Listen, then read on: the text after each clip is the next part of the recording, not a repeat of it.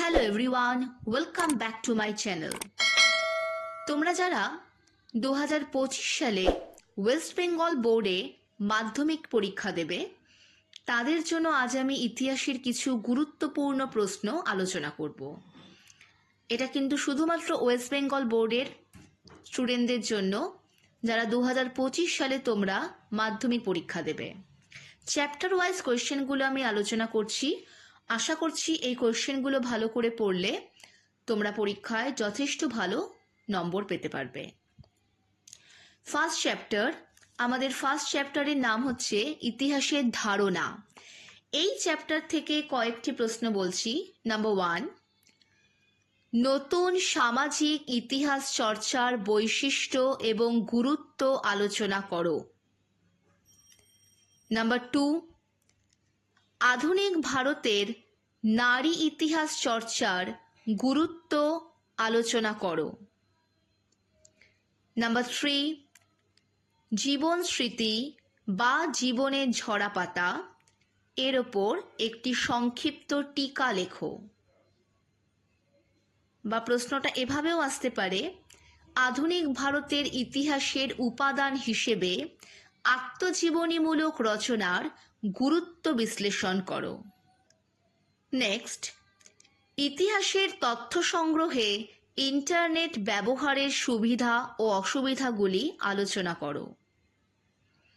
Next, ইতিহাস চর্চায় পরিবেশের ইতিহাসের উল্লেখযোগ্য দিকগুলির গুরুত্ব আলোচনা করো। নেক্সট, যানবাহন ও যোগাযোগ ব্যবস্থার ইতিহাস চর্চার চরিত্র সংক্ষেপে আলোচনা করো। নেক্সট, ইতিহাসের উপাদান হিসেবে সংবাদপত্র এবং সাময়িক পত্রপত্রিকার গুরুত্ব বিশ্লেষণ করো। এবং এই সংবাদপত্র ও সাময়িক পত্রপত্রিকার ক্ষেত্রে বিশেষভাবে ইম্পর্টেন্ট হচ্ছে বঙ্গদর্শন এবং সোমপ্রকাশ পত্রিকা। এই ফার্স্ট চ্যাপ্টারটি কিন্তু 2025 সালে তোমরা যারা মাধ্যমিক দিচ্ছ তাদের জন্য অত্যন্ত ইম্পর্টেন্ট। এরপর চলে আসি সেকেন্ড চ্যাপ্টারে। সেকেন্ড চ্যাপ্টারের নাম সংস্কার, বৈশিষ্ট্য ও পর্যালোচনা। এই চ্যাপ্টারটি তুলনামূলক এবছর একটু কম ইম্পর্টেন্ট, কিন্তু কম ইম্পর্টেন্ট হলেও আমাদের কিছু কোশ্চেন দেখে রাখতে হবে, একেবারে না দেখে পরীক্ষা দিতে যাওয়া সম্ভব নয়।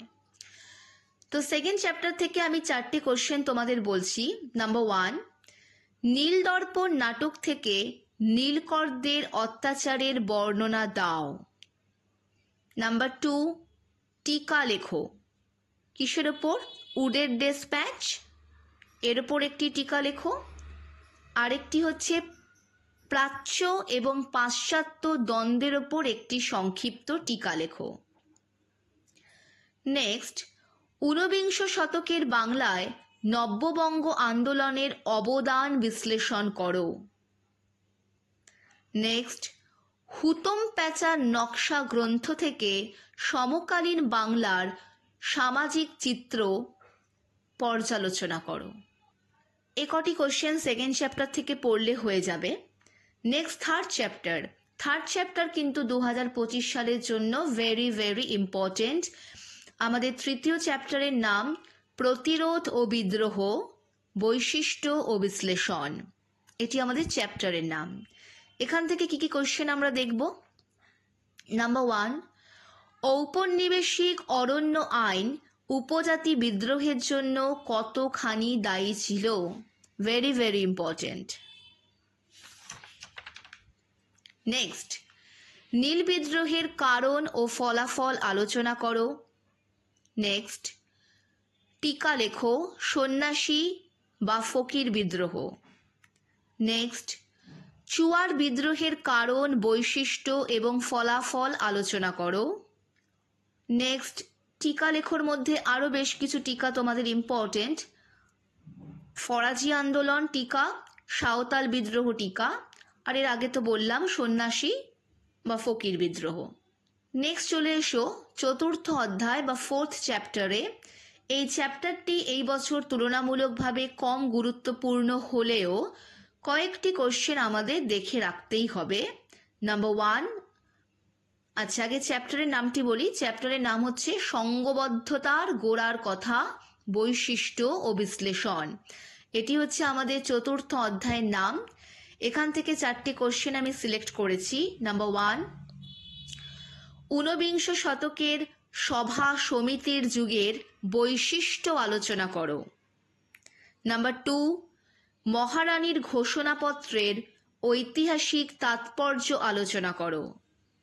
নাম্বার 3, ঔপনিবেশিক সমাজের সমালোচনায় গগনেন্দ্রনাথ ঠাকুরের ব্যঙ্গচিত্রের গুরুত্ব আলোচনা করো।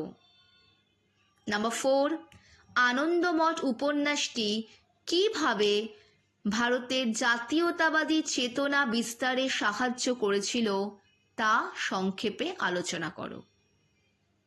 4th চ্যাপ্টার তুলনামূলক লেস ইম্পর্টেন্ট, কিন্তু 5th চ্যাপ্টার বা পঞ্চম অধ্যায় ভেরি ভেরি ইম্পর্টেন্ট। পঞ্চম অধ্যায়ের নাম বিকল্প চিন্তা ও উদ্যোগ। এই চ্যাপ্টার থেকে ফার্স্ট কোশ্চেন, বিশ্বভারতী প্রতিষ্ঠার ক্ষেত্রে কবিগুরুর শিক্ষা চিন্তার পরিচয় দাও। নাম্বার 2, বাংলার মুদ্রণ শিল্পের বিকাশে শ্রীরামপুর মিশন প্রেসের ভূমিকা আলোচনা করো। নাম্বার 3, আধুনিক বিজ্ঞান চর্চায় Indian association for the cultivation of সায়েন্সের ভূমিকা বিশ্লেষণ করো। নাম্বার 4, বাংলায় বিজ্ঞান চর্চার বিকাশে মহেন্দ্রলাল সরকারের অবদান আলোচনা করো। নাম্বার 5, বিজ্ঞান শিক্ষায় জগদীশচন্দ্র বসুর অবদান আলোচনা করো। এগুলি সব পঞ্চম অধ্যায় থেকে এবং ভেরি ভেরি ইম্পর্টেন্ট। এরপর চলে এসো ষষ্ঠ অধ্যায়ে। এটা এবছর কম গুরুত্বপূর্ণ, তাও 3টে কোশ্চেন তোমরা পড়ে রেখো। প্রথমেই বলি, ষষ্ঠ অধ্যায়ের নাম হলো 20 শতকের ভারতে কৃষক, শ্রমিক ও বামপন্থী আন্দোলন। এই চ্যাপ্টার থেকে পড়বে কয়েকটি টিকা। কি?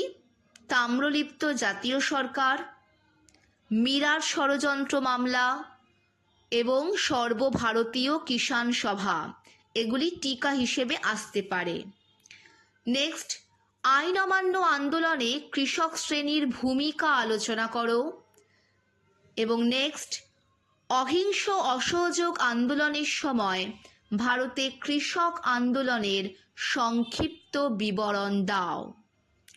ষষ্ঠ অধ্যায় কম গুরুত্বপূর্ণ হলেও 1টি কোশ্চেন কিন্তু পড়তে হবে। নেক্সট চলে এসো সপ্তম অধ্যায় মানে 7th চ্যাপ্টার। চ্যাপ্টারের নাম 20 শতকের ভারতে নারী, ছাত্র ও প্রান্তিক জনগোষ্ঠীর আন্দোলন। এই চ্যাপ্টারটিও 2025-এ কম গুরুত্বপূর্ণ, কিন্তু 4টি কোশ্চেন পড়ে রেখো। যেমন নাম্বার 1, বাংলায় নমশূদ্র আন্দোলনের সংক্ষিপ্ত বিবরণ দাও। নাম্বার 2, দলিত অধিকার বিষয়ে গান্ধীজি ও আম্বেদকরের বিতর্ক নিয়ে একটি টিকা লেখো। নাম্বার 3, সশস্ত্র বিপ্লবী আন্দোলনে নারীদের যোগদানের চরিত্র বিশ্লেষণ করো। এবং নাম্বার 4-এ থাকছে 2টি টিকা, অনুশীলন সমিতি এর ওপর একটি টিকা লেখো এবং দীপালি সংঘ এর ওপর একটি টিকা লেখো। এরপর চলে এসো অষ্টম অধ্যায়। এটি ভেরি ভেরি ভেরি ইম্পর্টেন্ট। চ্যাপ্টারের নাম উত্তর ঔপনিবেশিক ভারত। এখান থেকে 3টি কোশ্চেন বলছি। নাম্বার 1, হায়দ্রাবাদ রাজ্যটি কিভাবে ভারতভুক্ত হয়েছিল। নাম্বার 2, দেশীয় রাজ্যগুলির ভারতভুক্তিতে সর্দার বল্লভভাই প্যাটেলের ভূমিকা বা অবদান আলোচনা করো। নাম্বার 3, টিকা লেখো, নেহেরু লিয়াকত চুক্তি এর ওপর একটি টিকা লেখো। এবং আরেকটি হলো দেশ বিভাগ জনিত উদ্বাস্তু সমস্যার ওপর একটি সংক্ষিপ্ত টিকা রচনা করো। তো এই ছিল 2025 সালে তোমরা যারা ওয়েস্ট বেঙ্গল বোর্ডে মাধ্যমিক পরীক্ষা দেবে তাদের জন্য চ্যাপ্টার ওয়াইজ হিস্ট্রির কিছু গুরুত্বপূর্ণ সাজেস্টিভ প্রশ্ন। তোমাদের যদি এই প্রশ্নগুলোর মধ্যে পার্টিকুলারলি কোনো কোয়েশ্চেন নিয়ে মনে হয় একটু আলোচনা করলে বা নোটস দিলে সুবিধা হবে, তাহলে সেটা তোমরা আমাকে কমেন্ট বক্সে কমেন্ট করে জানাবে এবং কোন প্রশ্ন পার্টিকুলারলি সেই প্রশ্নটাকে মেনশন করবে কমেন্ট বক্সে। তাহলে আমি চেষ্টা করব সেই পার্টিকুলার কোয়েশ্চেনের ওপর তোমাদেরকে নোটস দিয়ে দেওয়ার বা একটু গুছিয়ে আলোচনা করে দেওয়ার। আশা করি এই ভিডিওটি তোমাদেরকে যথেষ্ট সাহায্য করবে, হেল্প করবে। তো আজকের মতো এটুকুই। নেক্সট দিন আবার ফিরে আসবো অন্য কোনো ক্লাসরুম ভিডিওতে। ততক্ষণ সকলে মন দিয়ে পড়াশোনা করো, ভালো থেকো এবং চ্যানেলটিকে অবশ্যই সাবস্ক্রাইব করো, ভিডিওগুলোকে লাইক করো, শেয়ার করো এবং সকলকে দেখার সুযোগ করে দিও। Thank you.